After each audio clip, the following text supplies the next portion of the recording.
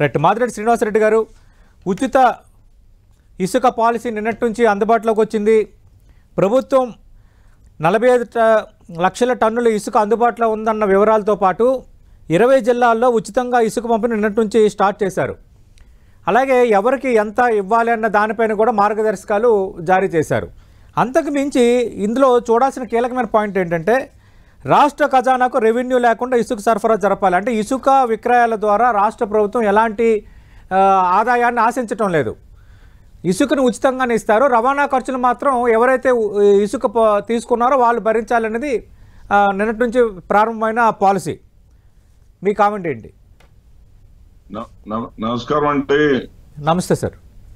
ముందుగా మీకు సతీష్ గారు, ముందుగా మీకు ఎన్టీవీ వీక్షకులకు, తర్వాత మిత్రులు శ్రీనివాస్ చౌదరి గారికి నా తరపున, మా వైఎస్ఆర్ పార్టీ తరపున అందరికీ కూడా శుభోదయం అండి. గుడ్ మార్నింగ్ అండి. ఇక్కడ ఇసుక ఉచితంగా ఇస్తున్నారు. ఎక్కడి నుంచి ఇసుక, ఎవరి ప్రభుత్వ హయాంలో ఉన్నటువంటి స్టాక్ ను ఉచితంగా ఇస్తున్నారండి? 45 లక్షల టన్నుల ఇసుకను స్టాక్ లో పెట్టింది ఎవరండి? ఎందుకు అంటున్నానంటే ఈ మాట, అమరావతికి చెందినటువంటి దండే నరేంద్ర దీని మీద కేసు వేశాడు సార్. ఓకే. ఇసుక అక్రమ తవ్వకాలు జరుగుతున్నాయి, ఈసీలు లేకుండా జరుగుతా ఉన్నాయి అని చెప్పేసి ఆయన ఒక కేసు వేశాడు. కేసు వేస్తే ఎన్జిటి వాళ్ళు వేస్తే, ఎన్జిటి వాళ్ళు వచ్చేసి గ్రీన్ ట్రిబ్యునల్ వాళ్ళు ఇక్కడ ఏం తేడాలు ఏం లేవు అని చెప్పేసి వాళ్ళు చెప్తే అంతటితో తృప్తి చెందక అతను సుప్రీంకోర్టుకు కూడా వెళ్ళాడు. సుప్రీంకోర్టుకి వెళితే సుప్రీంకోర్టు ఆదేశాలు ఇచ్చింది. ఏమైనా ఆదేశాలు ఇచ్చిందంటే, అక్కడ మీరు ప్రతి స్టాక్ యార్డ్కి వెళ్ళండి, అక్కడ ఏ విధంగా తవ్వకాలు జరుగుతుంది ప్రశ్నించండి, అక్కడ ఉన్నటువంటి స్టాక్ ని ఎప్పటికప్పుడు మాకు రిపోర్ట్స్ తెలియజేయండి అని చెప్పేసి. అంటే ఈ కలెక్టర్లు ఏం చేశారు, ఈ యొక్క విఆర్ఓలకు ఆదేశాలు ఇచ్చారు. ఆ విఆర్ఓలు ఎప్పటికప్పుడు రిపోర్ట్స్ తీసుకొచ్చి కలెక్టర్స్ కి ఇవ్వాలి, కలెక్టర్స్ ఎప్పటికప్పుడు సిఎస్ కి తెలియజేయాలి. ప్రతి సోమవారం నాడు సిఎస్ సుప్రీంకోర్టుకు రిపోర్ట్ పంపించాలి. ఓకే. ఇది జరుగుతున్నటువంటి విధానం. అంటే కొంతకాలం నుంచి తవ్వకాలు అనేవి ఆగిపోయినాయి. తవ్వకాలు లేకపోయినప్పటికీ 45 లక్షల టన్నుల ఇసుక అక్కడ నిల్వ ఉంది అంటేనే వైఎస్ఆర్ కాంగ్రెస్ పార్టీ నిజాయితీ ఏంటో ఇక్కడ కనిపిస్తా ఉంది. ఈ 45 లక్షల టన్నులు కూడా గట్టిగా ఒక 15 రోజులు 20 రోజులు వస్తుందండి. 15 రోజులు 20 రోజులు మాత్రమే. ఎందుకంటే ఆ ఇసుకకు సంబంధించి ఒక ఏడీఈగా నా స్నేహితుడు ఉన్నాడు. అతని దగ్గర నేను తెప్పించుకున్న సమాచారం ప్రకారం నేను మాట్లాడుతున్నాను. ఓకే. ఒక 15-20 రోజులు వస్తుంది. ఆ తర్వాత తవ్వకాలు జరపాల్సిందే. సరే, వర్షాకాలం తవ్వకాలు జరపరు, బహుశా సెప్టెంబర్ దాకా జరపరు. కానీ ఈ మొట్టమొదటి నుంచి కూడా ఈ మైనింగ్ పాలసీలో ఉన్నటువంటి విధానం ఏంటంటే, ఇసుక తవ్వకానికి యంత్రాలను వాడరాదు. అది అసలు జరిగే పనే కాదు. ప్రభుత్వ కంట్రోల్లో ఉన్నప్పటికీ కూడా యంత్రాలను వాడటం జరుగుతానే ఉంటుంది. మరి యంత్రాలను వాడకుండా ప్రభుత్వంలో ఉన్నటువంటి రూల్స్ ప్రకారమే, మైనింగ్ శాఖ వాళ్ళు నిర్దేశించినటువంటి రూల్స్ ప్రకారమే వీళ్ళు ఇసుక తీస్తారా? ఒకటి. రెండోది, అసలు టీడీపీ ప్రభుత్వంలో ఈయనకు దగ్గర, చిత్తూరుకు దగ్గర శ్రీనివాస్ చౌదరి గారికి ఏర్పేడులో 17 మంది ప్రాణాలను పట్టన పెట్టుకుంది ఇసుక మాఫియా కాదా? అంతకు మించి 23 మంది విద్యార్థులు అక్రమంగా తెలుగుదేశం హయాంలో అక్రమంగా మెషినరీ పెట్టేసి దారుణంగా ఇసుకని దొంగిలించబట్టి కదా జరిగింది. ఈ రోజున 23 మరణం జరిగిందండి.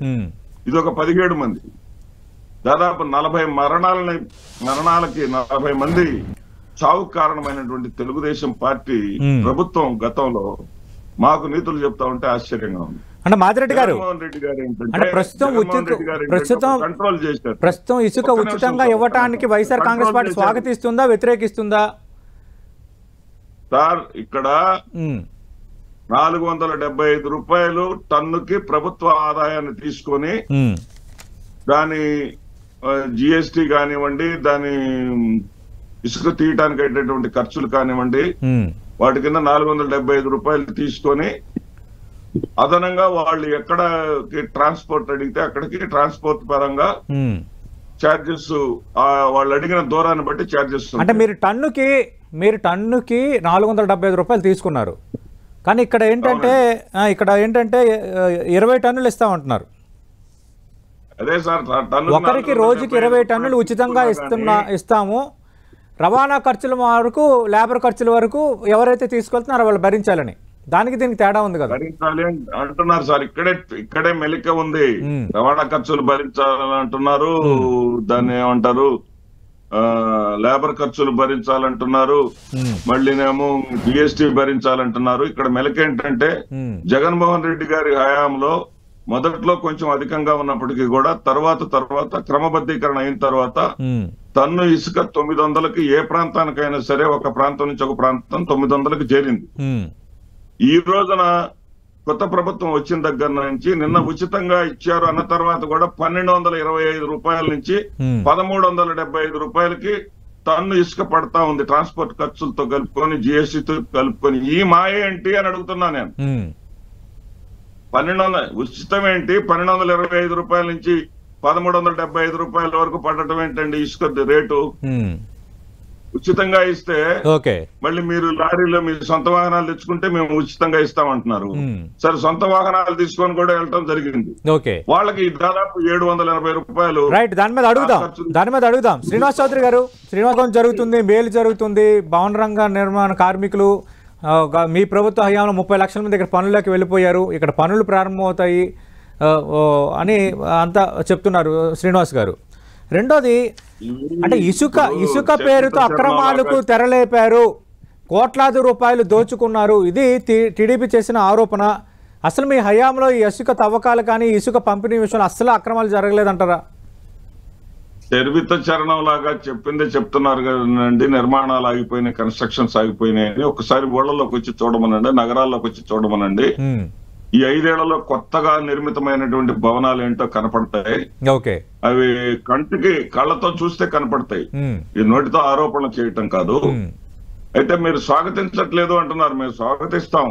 సచివాలయ ఉద్యోగస్తులకి నిజంగా స్టాక్ యార్డ్ బాధ్యతలు అప్పచెప్తే మేము స్వాగతిస్తాం.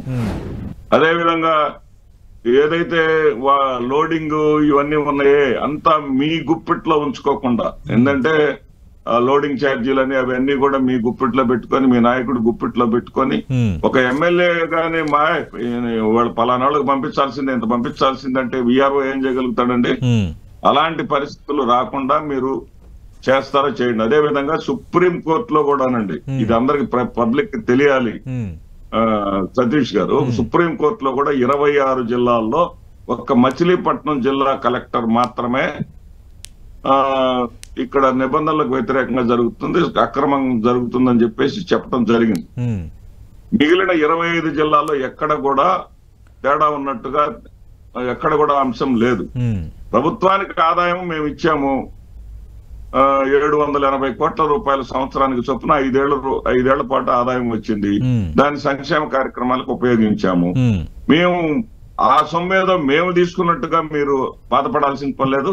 అట్లాగే చౌదరి గారు చెప్పినట్లుగా ఒక టైంలో రేటు పెరిగిందే తప్ప 40,000 మించి ఏ రోజున కూడా వెళ్ళలేదు. 40,000 తర్వాత కంట్రోల్ అవుతూ 28,000 దగ్గర స్థిరపడిపోయింది. 20 టన్నుల ఇసుక 28,000 దగ్గర స్థిరపడిపోయింది, ఏది ట్రాన్స్పోర్ట్ ఛార్జీలతో కలుపుకొని. మరి ఈ రోజున అంతకు మించి రేట్లు ఎందుకు పడుతున్నాయి? ఆల్రెడీ గత ప్రభుత్వం తీసి ఉంచినటువంటి స్టాక్ నుంచి తీసుకెళ్లిన దాన్ని బిల్స్ కూడా మీకు పంపిస్తాను కావాలంటే. 1,225 రూపాయలు, 1,375 రూపాయలు ఎందుకు పడుతుంది? ఉచితంగా ఇసుక ఇస్తున్నప్పుడు మళ్ళీ ఎందుకు పాత రేట్లు పడుతున్నాయి అనేది అర్థం కాని ప్రశ్న. ట్రాన్స్పోర్ట్ కి లేబర్ కి ఛార్జీలు పడవా? మరి అదే కదా సార్, ట్రాన్స్పోర్ట్ కి లేబర్ లోనే ముసుగుంది, ఉన్నటువంటి ముసుగు ఉంది. ఎక్కడైనా ప్రభుత్వం కూడా నిన్న తీసుకొచ్చిన కొత్త ఇసుక విధానంలో స్పెసిఫిక్ గా చెప్పింది ఏంటంటే ఇసుక మాత్రం ఉచితంగా ఇస్తాము, లేబర్ అలాగే ట్రాన్స్పోర్ట్ ఛార్జీలు మాత్రం, రవాణా ఛార్జీలు మాత్రం తీసుకునే వినియోగదారుడు భరించాల్సిందేనని. అదే సార్, ఒక డాక్టర్ గారు నేను ఉచితంగా వైద్యం చేస్తాను కానీ పలానా మెడికల్ షాప్ లోనే మందులు కొనాలంటారు సార్. ఆ మెడికల్ షాప్ లో రావాల్సినటువంటి ఆయనకు రావాల్సినటువంటి కమిషన్ మొత్తం వచ్చేస్తుంది. నేను ఇసుక ఉచితంగా ఇస్తాను, ట్రాన్స్పోర్ట్ మాత్రం మా వాళ్ళే చూస్తారు, ట్రాన్స్పోర్ట్ ఛార్జీలు నువ్వు భరించాలంటారు. అక్కడే ఉంది లాజిక్ అంతా. ప్రజల్ని దోపిడీ చేసుకోవడానికి, వాళ్ళ నాయకుల్ని బతికించుకోవడానికి, వాళ్ళ నాయకులకి సంపద సృష్టించుకోవడానికి ఇది ఒక మార్గమే తప్ప శ్రీనివాస్ చౌదరి గారు ఇసుక మా హయాంలో ఎలాంటి అవినీతి అక్రమాలు జరగలేదు, అనవసరంగా కోర్టులో కేసులు వేశారు, అనవసరంగా ఆరోపణలు చేశారని మీరు అన్నారు. అయితే మీ ప్రభుత్వ హయాంలోనే దాదాపు మీరు ఏర్పాటు చేసిన స్పెషల్ ఎన్ఫోర్స్మెంట్ బ్యూరో దాదాపు 18,000 కేసుల్ని నమోదు చేసింది. అలాగే 6.36 లక్షల మెట్రిక్ టన్నుల ఇసుకను సీజ్ చేసింది. ఈ కేసులో చాలామందికి శిక్షలు కూడా పడ్డాయి. అంటే అక్రమాలు జరగలేదని ఎలా అంటారు?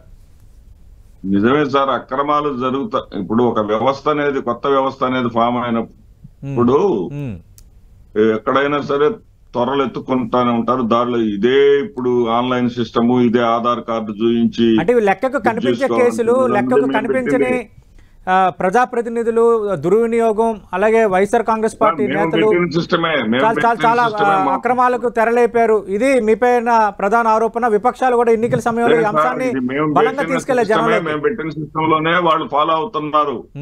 నేను కాదంట్లా. ఇక్కడ పార్టీలకు అతీతంగా, పార్టీల ప్రయోజనాలకు అతీతంగా మాట్లాడేటటువంటి మనసున్నటువంటి వ్యక్తి శ్రీనివాస్ చౌదరి గారు. దాంట్లో ఏ విధమైనటువంటి సందేహం లేదు. నేను ప్రత్యర్థి పార్టీ అయినా సరే ఆయన అభినందిస్తా. ఆయన ఏమంటున్నారంటే పదే ఒక పాయింట్ ని ప్రస్తావిస్తున్నారు. ఏమంటున్నారంటే మాన్యువల్ లోడింగ్ తప్పేంటి, 10 మంది బతుకుతారు కదా అంటున్నారు. చేయమనండి, అదొకటి స్వాగతిస్తాం, మేము బ్రహ్మాండంగా స్వాగతిస్తాం. మాన్యువల్ లోడింగ్ ద్వారా చేస్తే ఎంతో మందికి జీవనోపాధి కలుగుతుంది. మాన్యువల్ లోడింగ్ ద్వారా తీస్తే అక్రమంగా ఇసుక తీసేటటువంటి పరిస్థితులు కానీ, లోయలు పడేటటువంటి ప్రమాదం కానీ లేకుండా ఉంటుంది. విద్యార్థులు, ఈతకెళ్ళినటువంటి విద్యార్థులు మరణానికి గురిగారు, చాలా ప్రమాదానికి గురిగారు. చాలా ప్రయోజనాలు దాని వల్ల జరుగుతాయి. ఓన్లీ మాన్యువల్ మీద తీయమనండి. ఈ ప్రభుత్వం గొప్పతనం హర్షిస్తాం, మేము కూడా స్వాగతిస్తాం, మేము కూడా సన్మానం చేస్తాం. ఆ యొక్క చేసినటువంటి వాళ్ళకి ఖచ్చితంగా మేము కూడా సన్మానం చేస్తాం. అదే విధంగా ఈ యొక్క కొత్త విధానాన్ని చాలా సంస్కరణలతో తీసుకొచ్చాం. ఎలాంటి రెవెన్యూ, ఒక నిమిషం సార్ మీకు అడుగుతున్నా, రాష్ట్ర ఖజానాకు ఎలాంటి రెవెన్యూ ఎక్స్పెక్ట్ చేయకుండా ప్రజల కోణంలోనే తీసుకొచ్చామని ప్రభుత్వం చెప్తోంది. నిన్న మార్గదర్శకాల్లో స్పెసిఫిక్ గా ఉంది. శ్రీనివాస్ చౌదరి గారు ఏమంటారంటే విమర్శిస్తే విమర్శించండి కానీ ఆరోగ్యవంతమైన సూచనలు చేస్తే దాన్ని స్వాగతిస్తామంటున్నారు. రేట్లు వాళ్ళకుంటాయి, ప్రభుత్వ కమిషన్ ప్రభుత్వానికి ఉంటుంది, ప్రభుత్వానికి ప్రత్యక్షంగా ఉండదు కానీ ప్రభుత్వ అధినేతలకు కమిషన్ ఉంటుంది. ఓకే, తర్వాత నేనేం చెప్తున్నానంటే ఆత్మహత్యల ప్రస్తావన చేశారు. ఒకే ఒక్క ఆత్మహత్య కూడా ఫేక్ అని చెప్పేసి ఆ కుటుంబ సభ్యులు బయటకు వచ్చి చెప్పారు. భవన నిర్మాణ పనులు లేక కాదు, మా వాడికి కిడ్నీ ప్రాబ్లమే, ఎప్పటి నుంచో సమస్యలు ఉన్నాయని చెప్పేసి ఆ ఈనాడు పేపర్ వాళ్ళని కూడా వాళ్ళు దూషించడం జరిగింది. ఆ పేపర్ వాళ్ళు ఇట్లా వచ్చి చెప్పండి, చెప్తే చంద్రబాబు నాయుడు గారు 4 లక్షల డబ్బులు మీకు ఇస్తామంటే మేము చెప్పామయ్యా, ఆ డబ్బులు ఇచ్చిన వాడు లేదు, వచ్చిన వాడు లేడు అని చెప్పేసి ఆ కుటుంబం వాళ్ళు కూడా బయటకు వచ్చి చెప్పారు. ఎప్పటికీ కూడా అసత్య ప్రచారాలతోటే ఈ పార్టీ అధికారంలోకి వచ్చింది. ఇంకా అసత్య ప్రచారాలను నమ్ముకోవద్దు దయచేసి. మాదిరెడ్డి గారు, ఒక మీరు అన్నట్టుగా ఇసుక విధానం విషయంలో ప్రజలు సాటిస్ఫై కాకపోతే మళ్ళీ ప్రజలు ఖచ్చితంగా తిరగబడతారు. కానీ ఇప్పటికైతే ప్రభుత్వం మార్గదర్శకాలు కానీ, ప్రభుత్వం చెప్తున్న ప్రొసీజర్ కానీ ఇవన్నీ కూడా చూస్తుంటే కొంచెం ఆరోగ్యవంతంగానే ఉంది. కానీ మీ అభ్యంతరాలు మీకున్నాయి, విపక్షంగా సలహాలు ఇస్తే స్వాగతిస్తామని శ్రీనివాస్ చౌదరి గారు అంటారు. సతీష్ గారు ఉండాలని కోరుకుందాం. 900 రూపాయలకి టన్ను ఇసుక మేము ఇస్తే దాన్ని ఎందుకు పెంచాల్సి వచ్చిందనే దాన్ని మర్మం చెప్పమని నేను చెప్తున్నా. ఓకే, అంటే మీరు టన్ను 475 రూపాయలకి ఇచ్చారు, ఇప్పుడు ఇస్తున్న 20 టన్నులే ఒకవేళ మీ లెక్కలో తీసుకుంటే 9,500 రూపాయలు అవుతుంది సార్. మీరు టన్ను 475 రూపాయలకి ఇచ్చారు, ఇప్పుడు ప్రభుత్వం ఏమో ఒక మనిషికి 20 టన్నులు ఉచితంగా ఇస్తామని చెప్తోంది. 20 టన్నులు ఇంటూ 475 వేస్తే 9,500.